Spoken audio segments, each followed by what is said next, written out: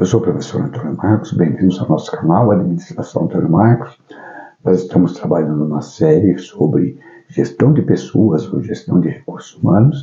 Estamos trabalhando especificamente sobre administração de cargos e salários e hoje o nosso assunto é salários. Se gosta do nosso conteúdo, aprecia o nosso trabalho, mas ainda não é inscrito, por favor, se inscreva, deixe seu feedback, deixe seus comentários. Essas são as melhores formas de você ajudar o canal e o YouTube a reconhecer a relevância e distribuir o vídeo a mais pessoas. Além disso, você também pode distribuir o link do canal ou o link desse vídeo a todos os seus contatos. E com isso também vai ajudar que mais pessoas possam acessar os nossos conteúdos. Vamos então falar um pouco sobre salários.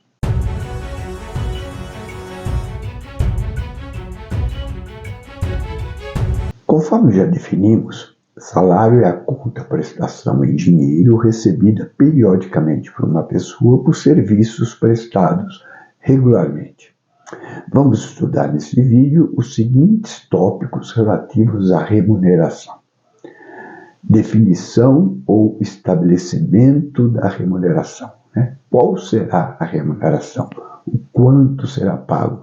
As formas que serão utilizadas para realizar o pagamento. E isso vai envolver, então, a pesquisa salarial, a política salarial e a estrutura salarial.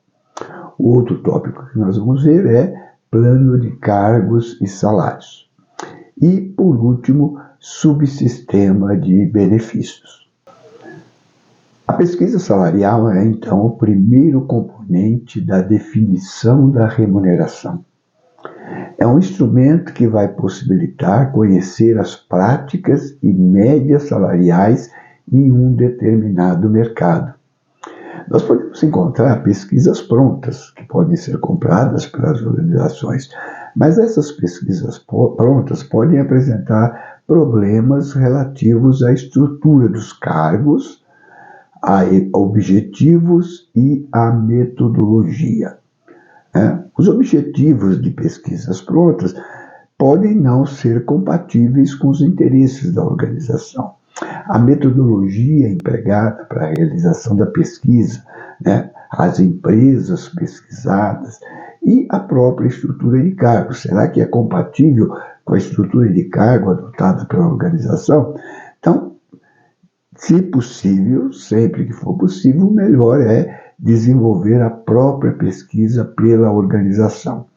E no desenvolvimento da pesquisa pela organização, a primeira coisa que a empresa tem que fazer é a escolha dos cargos. Quais os cargos que serão objeto de pesquisa?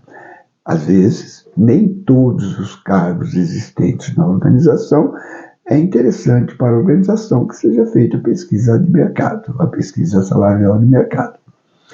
Depois, a escolha das empresas que serão pesquisadas. Quais empresas serão pesquisadas?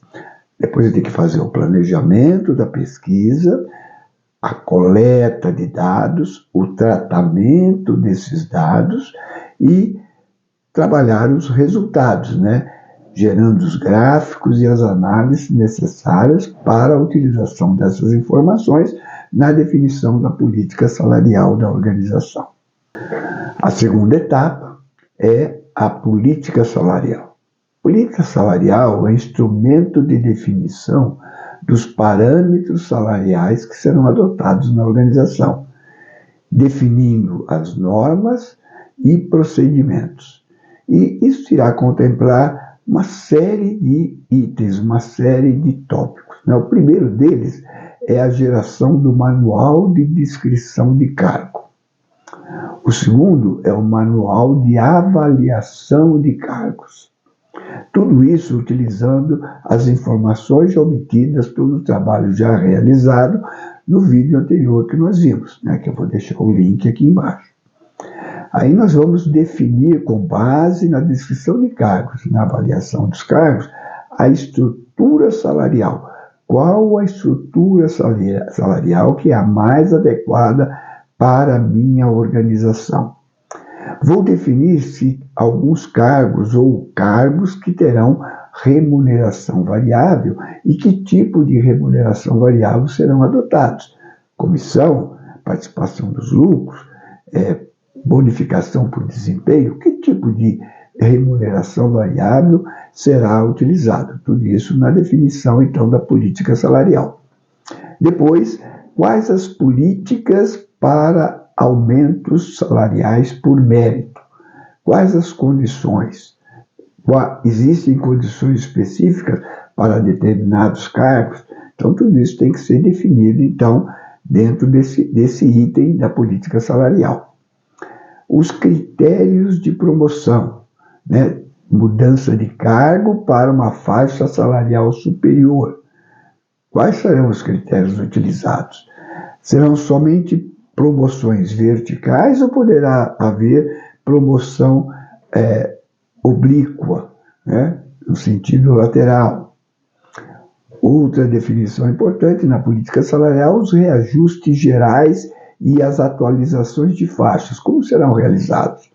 Nós sabemos que, periodicamente, nós temos correções horizontais, né, de todas as faixas salariais dentro da empresa, em função das mudanças, né, do sindicato, dos acordos salariais.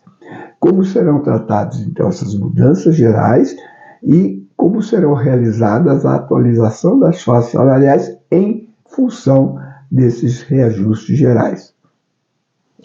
Os controles e as revisões que serão necessárias para a política salarial. E, no último item, como serão tratados os novos cargos que poderão ser criados na organização em função da necessidade de mercado ou em função do desenvolvimento da própria organização. Definida a estrutura, a política salarial, nós temos a definição da estrutura salarial, que é o conjunto das diversas faixas salariais, agrupando cargos com avaliações próximas. Cada faixa pode ser dividida em níveis, normalmente números ímpares, né? 3, 5, no máximo até 9 níveis dentro de uma faixa salarial. Esses níveis vão possibilitar a aplicação das políticas de mérito, né? Ou seja, os aumentos salariais em função de mérito. Normalmente, o ponto médio da faixa deve ter por base a média salarial de mercado. Podem existir, dependendo da definição da política salarial, dependendo da empresa, cargos em que interessa colocar esse salário médio da faixa no nível maior ou menor do que o de mercado. Ou a política de contratação, dependendo do momento da organização e dos interesses da organização, a contratação será realizada com níveis maiores ou menores do que esse nível médio da faixa. O nível inicial de uma faixa deve coincidir com o nível final da faixa anterior e vice-versa, né? O nível final de uma faixa vai conseguir coincidir com o nível inicial da faixa seguinte, né? Isso vai evitar que haja grandes mudanças de uma faixa para outra numa promoção de um funcionário de um cargo para um outro cargo. O outro aspecto, então, que nós vamos abordar agora é o plano de cargos e salários, também chamado de PCS, plano de cargos e salários. Mas primeiro é preciso entender dois conceitos importantes. O primeiro é o plano de carreira pessoal. O plano de carreira pessoal é aquele que é desenvolvido pelo próprio funcionário, né? O que ele pretende na sua evolução profissional. E isso deve começar a ser pensado e trabalhado desde a graduação, né? Se for um funcionário de nível superior. Então, desde a graduação, o plano de carreira pessoal já deve ser pensado, planejado e traçado. O outro é o plano de carreira organizacional. O plano de carreira organizacional, as pessoas que trabalham naquela empresa têm que buscar se ajustarem os seus interesses pessoais, seu plano de carreira pessoal, aos interesses da organização. Por quê? O plano de carreira organizacional visa atender os interesses da organização. Conhecendo esses dois conceitos, né, já conhecidos, vamos então falar sobre o plano de cargos e salários, que é um instrumento de gestão construído com base na visão de futuro que se planeja para a empresa.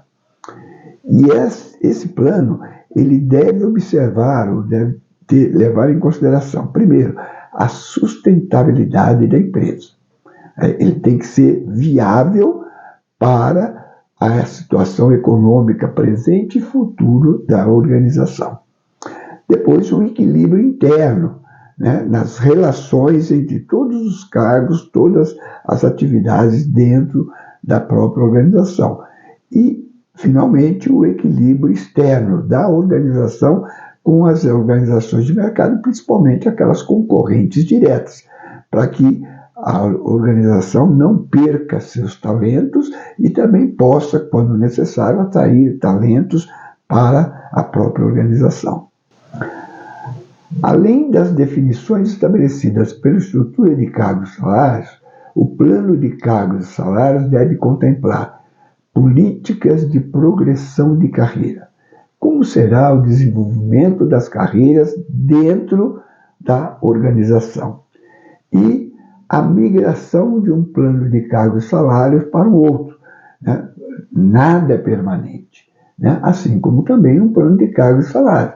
Ele poderá precisar ser substituído num momento qualquer e é interessante que já esteja previsto como será essa migração quando houver um novo plano de cargos e salários. Finalmente, vamos falar um pouco sobre os benefícios.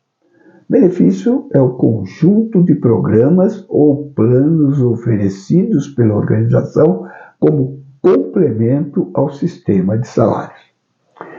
Os benefícios podem ser compulsórios, aqueles obrigatórios em atendimento às exigências das leis ou de normas legais, como, por exemplo, acordos sindicais, e espontâneos.